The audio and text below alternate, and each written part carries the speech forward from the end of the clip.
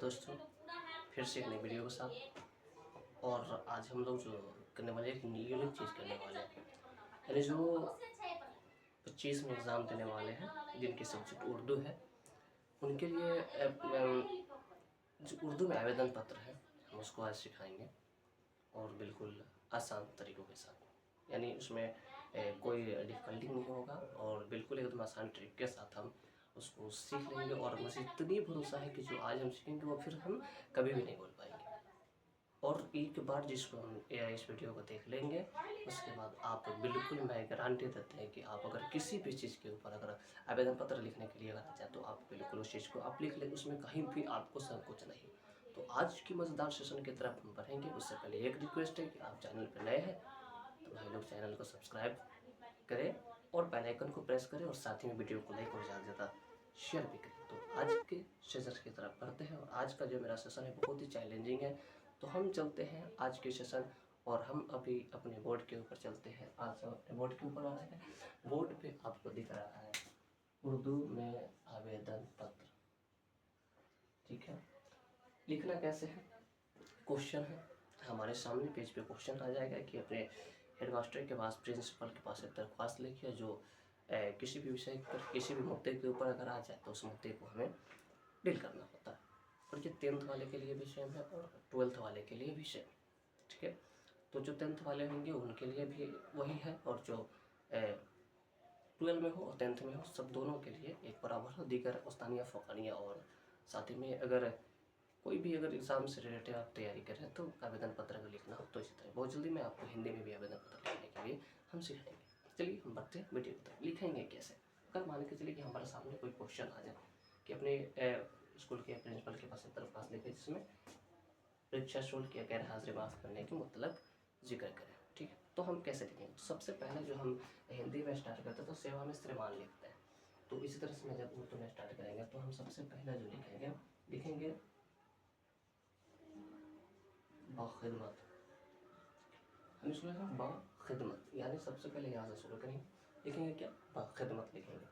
उसके यानी नीचे तिरछा में हम कुछ लिखना नहीं करना, इस तरह से मैंने तिरछा में जिनके ऊपर लिखना है उनका हम जिक्र करेंगे। जनाब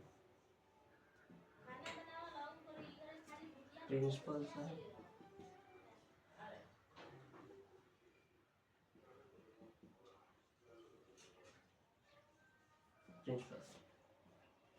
जनाब प्रिंसिपल साहब, हेडमास्टर साहब, या फिर आप अगर किसी चीज़ पे लिख रहे हैं जैसे बैंक के ऊपर तो बैंक के मैनेजर यानी शाखा प्रबंधक साहब, फिर थाना प्रभारी साहब, जो भी कुछ आपको वहाँ पे ऐड करना हो। लेकिन विशेषकर जब हम स्कूली लाइफ में होते हैं, जब हमें स्कूल के पास लिखना होता है तो बिल्कुल किस पर लिखा जाता है, वो प्रधान अध्यापक के पास, यानी प्रिंसिपल हो जाए तब या फिर हेडमास्टर हो जाए। तो यहाँ हम लिखेंगे कि ये लिखेंगे वक्त में जनाब प्रिंसिपल साहब, और इसके नीचे हम लिखेंगे कौन सा स्कूल के प्रिंसिपल साहब, कौन सा स्कूल का प्रधानाचार्य साहब है तो हम वो लिखेंगे। जैसे जो स्कूल का मान लीजिए मोटा मोटी हम एक चीज़ को कह सकते हैं कि एल एस कॉलेज मुजफ्फरपुर, यानी हमने लिख लिया कि एल एस कॉलेज मुजफ्फरपुर के बारे में हम ले लिए और हम उसको उसी कॉलेज के बारे में हम देखेंगे। अगर हमें जिस कॉलेज के ऊपर हो उस कॉलेज का हम नाम लिख सकते हैं, यानी जिस कॉलेज का स्टूडेंट है उस कॉलेज का ही नाम लिख देते हैं, ठीक है। बिल्कुल जब भी क्वेश्चन जब रहता है तो वो क्वेश्चन में यही रहता है कि वो आपने ही स्कूल के हेडमास्टर के पास दरख्वास्त लिखी, ठीक है। तो करेक्ट, हम आगे बढ़ते हैं। आगे जो हमें लिखना है वो इसके नीचे, यानी इसके सिगाल से हमको नाप लेना है और इसी से निकाल के सामने से हम लिखना है। दूसरी बात एक बहुत ही महत्वपूर्ण बात आपको बता दें कि जिस पेज में एप्लीकेशन उसमें एक छोटा सा भी कोई खरोच नहीं होगा, क्योंकि वो बिल्कुल एक पेज पे जाता है और सिंपल पेज, उसमें कोई दूसरा क्वेश्चन वगैरह नहीं हो। तो आप इसको भी ध्यान में रखें। चलिए इसके आगे बढ़ते हैं।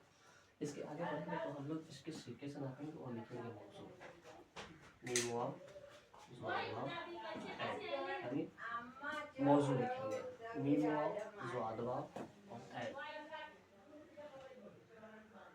ठीक है। मौजू, मौजू का मतलब होता है सब्जेक्ट यानी विषय। किस चीज़ के ऊपर लिखेंगे हम, इस चीज़ को लिखना बहुत ज़रूरी है। किस सब्जेक्ट पे है आपको हूबहू वहाँ पर क्वेश्चन में रहता है कि किस सब्जेक्ट के ऊपर लिखना है, तो आप वहाँ से उस सब्जेक्ट को ऐड कर सकते हैं, ठीक है। आप वहाँ से लिखेंगे। चलिए सब्जेक्ट में लिखेंगे जैसे गैर हाजिरी माफ करने के लिए हम लिख रहे हैं, ठीक है। गैर हाजिरी का मतलब अनुपस्थिति होता है। गैर हाजिरी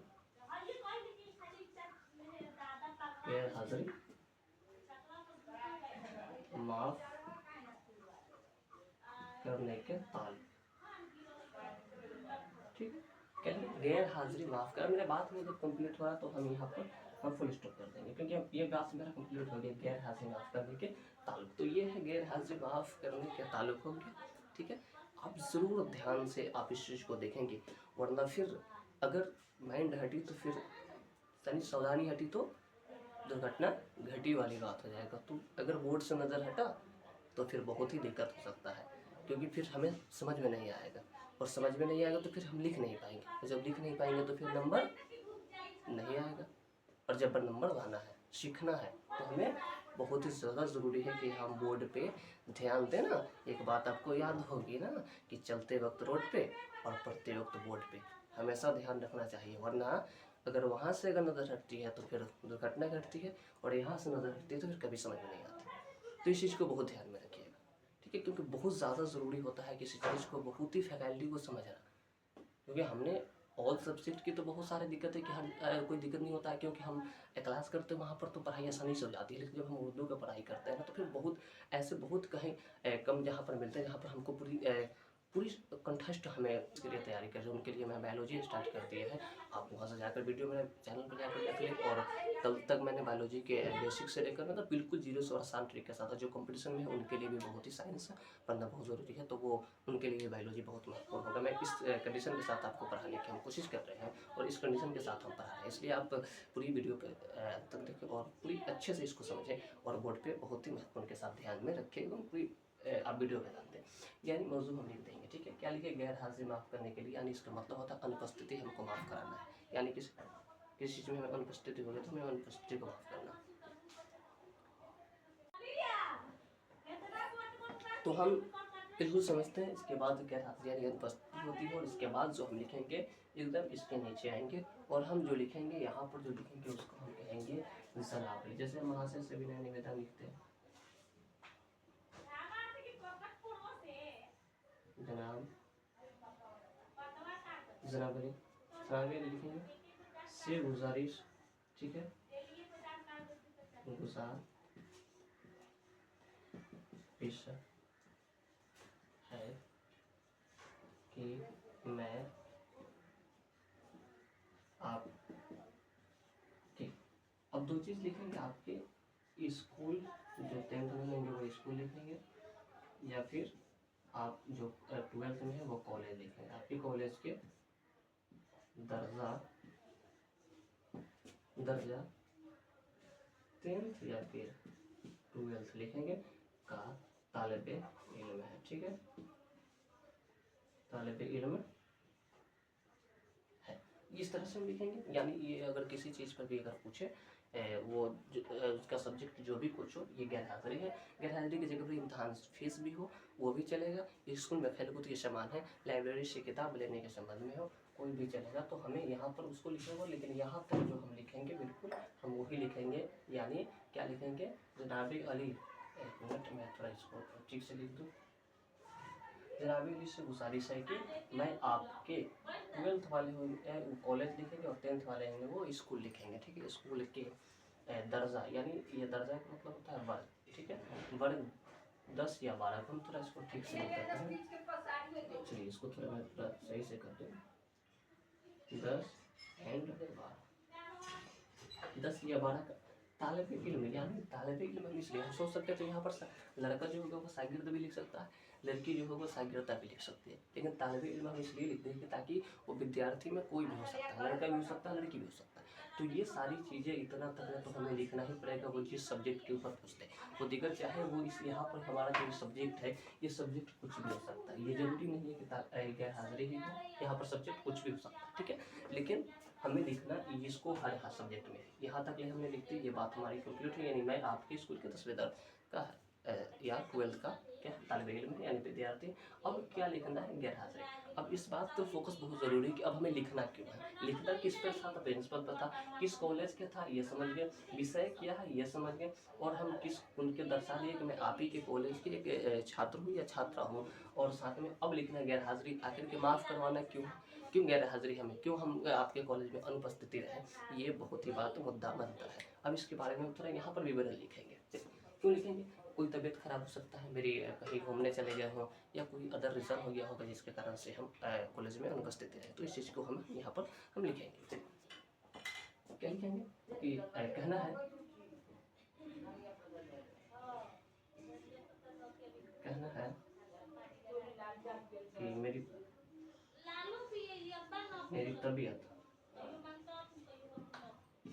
तबीयत 2 दिनों से खराब थी। ठीक है, यानी मेरी 2 दिनों से तबीयत खराब थी, यानी हम लिख सकते हैं हमें मौसमी बुखार, मौसमी बुखार और जुखाम, ठीक, खाली सिर्फ हम लिखे हैं कि हमें बुखार हो गया था, बुखार हो गया, यानी हमें क्या हुआ, तो 2 दिनों से मेरी तबीयत खराब थी, यानी हम लिख सकते हैं कि मौसमी बुखार हो गया था, या फिर हम तबीयत का जिक्र भी ना करें तो वो सही है, हम डायरेक्ट लिख देंगे मेरी तबीयत 2 दिनों से खराब थी। ठीक है, यानी हमने यहाँ पर जिक्र किया कोई तबीयत खराब है, अगर उस चीज़ का आप भी अगर जिक्र कर रहे हैं तो आप उस चीज़ को भी यहाँ पर लिख सकते हैं, मौसमी बुखार था, जिस वजह से यानी कारण, इस वजह से मैं 2 दिनों तक, यानी 2 दिनों तक इस गैर हाजिरी रहा, गैर हाजिरी रहा, या फिर रही, जो लड़की होगी वो रही लिखेगी, जो लड़का होगा वो रहा लिखेगा। तो इस चीज़ को, ये मेरा पूरा बात हो गया, और यहाँ पर हम फुल स्टॉप लगा सकते हैं। ठीक है, लिखना क्या, यानी अब हमारी तबीयत खराब है, तो तबीयत खराब के बारे में जिक्र कि मेरी गैर हाजिरी माफ़ करवाना है, क्यों माफ़ करवाना है, ये आप समझ कि हाँ मैंने अपने वालिदैन के साथ मैं कहीं घूमने गया था कि किसी की शादी में चले गए थे, जिस कारण से हमें 2 दिन तक आपके स्कूल में गैर हाजिर रही, इस चीज़ को यहाँ पर हमें लिख देना। राइट, उसके बाद हम यहाँ पर तबीयत का जिक्र, तबीयत खराब है, यानी कहना यह है कि मेरी तबीयत 2 दिनों से खराब थी, यानी मौसमी बुखार हो गया था, जिस वजह से मैं 2 दिनों तक गैर हाजिरी, या आपके स्कूल में गैर हाजिरी, आपके कॉलेज में गैर हाजिरी रहा। अब मान के चलिए कि यहाँ पर किसी चीज़ दूसरे चीज़ों के लिए लिख दे कि अपनी बहन की शादी में जाने के लिए 2 दिनों की या 1 हफ्ते की फुर्सत की मांग करें, तो लिखेंगे फुर्सत के मुतलक, फिर वहाँ लिख दें कि आपके स्कूल के इतने दर्जे के तालिब इल्म हूँ, फिर वहाँ लिखें कि मेरी बहन की शादी मौके का दिनांक कितनी तारीख को, तारीख कितनी तारीख को होने वाली है, जिसमें मैं शिरकत होना चाहता हूँ, इस वजह से मैं आपके स्कूल में 5 दिनों तक गैर हाजिर हूँ, इस तरह से आप लिख सकते हैं। ठीक है, ये हो गया। ठीक, अब हम लिखेंगे यहाँ तक तो हमने लिख दिया कि ये गैर हाजिरी क्यों हमने 2 दिन तक गैर हाजिरी रहा। अब हम आगे जो हम लिखेंगे यहाँ ही से हम उतारेंगे, लिखेंगे हुजूर वाला से, हुजूर वाला से गुजारिश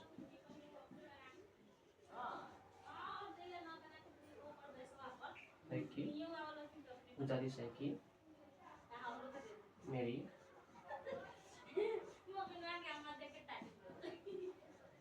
दरख्वास्त को कबूल की जाए। ठीक है, कबूल की जाए, मेरी दरख्वास्त को कबूल की जाए, एक होल्ड कीजिएगा।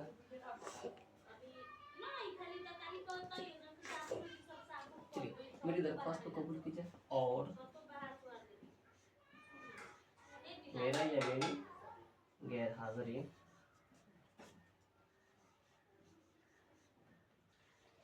माफ कर दी जाए, माफ कर दी जाए। इसके लिए मैं आपका शुक्रगुजार हूँगा, इसके लिए मैं आपका शुक्र शुक्र गुजार शुक्रगुजार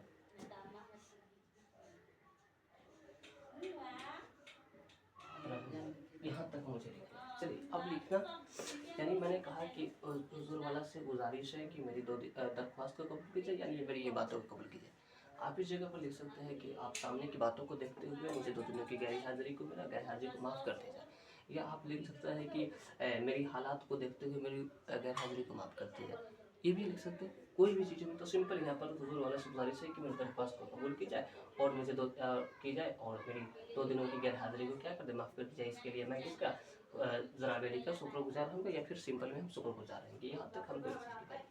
अब आगे के क्या लिखेंगे हम थोड़ी सा इस पर हम स्टॉप करेंगे और इससे पहले हम इसको फिर से बताएंगे क्या लिखेंगे। अगर किसी मान के चले कि इसके अलावा किसी दूसरे पर दे दे कि अपनी बहन की शादी में या परीक्षा शुल्क के इम्तहान फीस माफ़ करने के मतलब आप प्रिंसिपल के पास एक दरख्वास्त लेके, वो 12th क्लास के बच्चे के लिए भी हो, 10th क्लास के लिए बच्चे के लिए भी, जो भी कुछ हो ऐसा क्वेश्चन पूछता है। कौन कौन से टॉपिक पे क्वेश्चन वो पूछ सकता है आवेदन पत्र, हम इसका वीडियो बहुत ही जल्दी आपके सामने हम दिखा देंगे। बखिदमत जनाब प्रिंसिपल साहब, कॉलेज का नाम लिख देंगे और यह मौजू में हम यहाँ पर लिख देंगे क्या लिखेंगे, इम्तहान शुल्क यानी परीक्षा इम्तहान फीस माफ़ करने के मुतल्लिक़ या ताल्लुक़। ठीक है। उसके बाद जनाब अली गुजारिश है कि मैं आपके स्कूल के कितना 12 या 10 दर्जा का तालिब इल्म, यहाँ तक तो हमको लिखना ही पड़ेगा, यहाँ तक हर हाल में हमको लिखना पड़ेगा और जो भी चीज़ के ऊपर देते। ठीक है। अब लिखेंगे कि इम्तहान शुल्क आखिर के माफ़ करवाना क्यों है, हम उस बात में लिखेंगे। तो जनाब अली गुजारिश यहाँ तक होगी। अब यहाँ तक कहना यह है कि मैं एक बहुत ही गरीब परिवार से हूँ, मेरे वालिद की आमदनी बहुत ही कम है, वो घर की अखराजात जो है वो बहुत ज़्यादा है, जिस वजह से मैं आपके स्कूल के इम्तहान फीस जमा नहीं कर पाएंगे, अदा नहीं कर पाएंगे। और हुजूर वाला से गुजारिश है कि मेरी परेशानी को देखते हुए मेरी स्कूल फीस को माफ़ कर दीजिए, इम्तहान फीस को माफ़ कर दीजिए। इसके लिए क्या मैं आपका शुक्रगुजार रहूँगा। ये पूरा विवरण इस तरह से लिखना है, वो जो टॉपिक पर आ जाए। तो आई होप आपको इतना समझ में आया होगा कि ये क्या समझ में आया होगा। तो लाइक ज़रूर दें और कमेंट करके जरूर बताएं कि आपको ये समझ में आया। अब इसके आगे क्या लिखना है, क्योंकि बोर्ड पे जगह नहीं है, मैं थोड़ा इसको ऊपर करके लिखता है। तो ये पूरी हो गया। आप थोड़ी देर के लिए अगर स्क्रीनशॉट लेना चाहते हैं तो आप स्क्रीनशॉट ले लें, या फिर आप इसको उतारना चाहते हैं तो आप 5 मिनट के लिए इसको उतार लें। ठीक है। मैं 2 मिनट के लिए टाइम 2-3 सेकंड का टाइम देता हूँ, आप स्क्रीनशॉट इसका लें। चलिए हम इसको क्लिक करते हैं।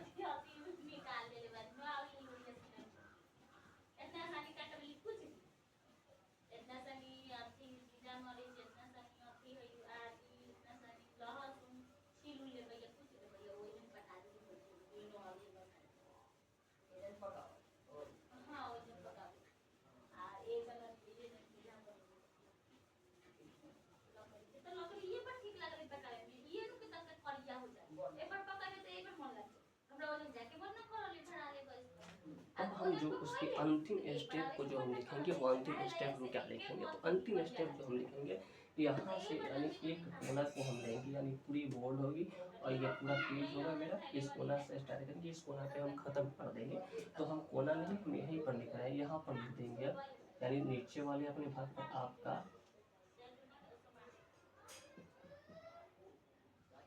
प्यारा तालिब क्या लिखेंगे, आपका प्यारा तालिब इल्म, और उसके नीचे हम लिख देंगे अपना नाम लिख देंगे और रोल नंबर लिख देंगे, फिर दर्जा लिख देंगे। ठीक है। और इस तरह से हम इसको एक लाइन खींच देंगे और इधर आपका प्यारा तालिब इल्म और नाम, दर्जा और रोल नंबर, इस चीज़ को हम लिखकर यहाँ पर छोड़ देंगे। ठीक है। अब चलिए यहाँ जो है हम यहाँ पर क्या लिख देंगे, इधर हम इस में तारीख लिख देंगे, जिस तारीख को लिखेंगे अगर मन करेगा तो हम उस तारीख को डाल देंगे, जैसे आज 26 तारीख और महीना 2024, इस चीज़ को हम डालकर हम छोड़ देंगे। इस तरह से ये मेरा पूरी जो है आवेदन पत्र उर्दू में कंप्लीट हो। ठीक है। ये मेरा पूरा उर्दू का कंप्लीट आवेदन पत्र है। आपको समझ में आया और कितना समझ में आया, और आप किसी और सब्जेक्ट पे आप लिख पाएंगे कि नहीं, आप कमेंट करके जरूर बताएंगे। हम बहुत ही जल्दी अब आपको उर्दू में खत लिखना सिखाएंगे, साथ ही में हिंदी में भी आवेदन पत्र सिखाएंगे, और प्लस में पत्र लेखन की हिंदी में हम आपको इसी चैनल पे हम बहुत जल्द सिखाने वाले हैं। इसलिए आप वीडियो को लाइक चैनल को सब्सक्राइब और वीडियो को ज़्यादा से ज़्यादा शेयर करें। आप लोग सब्सक्राइब नहीं कर रहे हैं, आप लोग सब्सक्राइब करें, मुझे सपोर्ट करें, क्योंकि मैं अभी नया यूट्यूब पे आया हूँ। और अगर कोई चीज़ की अगर वीडियो में कोई कमी आ रही है तो आप मुझे कमेंट करके ज़रूर बताएं, ताकि मैं उसकी सुधार कर सकूँ। ठीक है, फिर हम चलिए बहुत ही जल्द हम मिलते हैं फिर नेक्स्ट वीडियो के साथ। और आपके मैं प्रार्थना करता हूँ, मैं दुआ करता हूँ कि आप लोग हर बच्चे जो इम्तहान में इम्तहानी सवाल परीक्षा 10th और 12th वाले देने हैं, पूरी दुनिया के जितने भी बच्चे यानी बिहार बोर्ड से देने वाले बिहार के बच्चे सभी के लिए मैं बहुत तहे दिल से दुआ करता हूँ कि आप लोग अच्छे नंबर से कामयाबी पाएँ और अपने माँ बाप की नाम रोशन करें, साथ में अपना भी रोशन करें। आपकी उच्च और उच्चतम भविष्य के लिए मैं कामना करता हूँ। जय हिंद, जय भारत।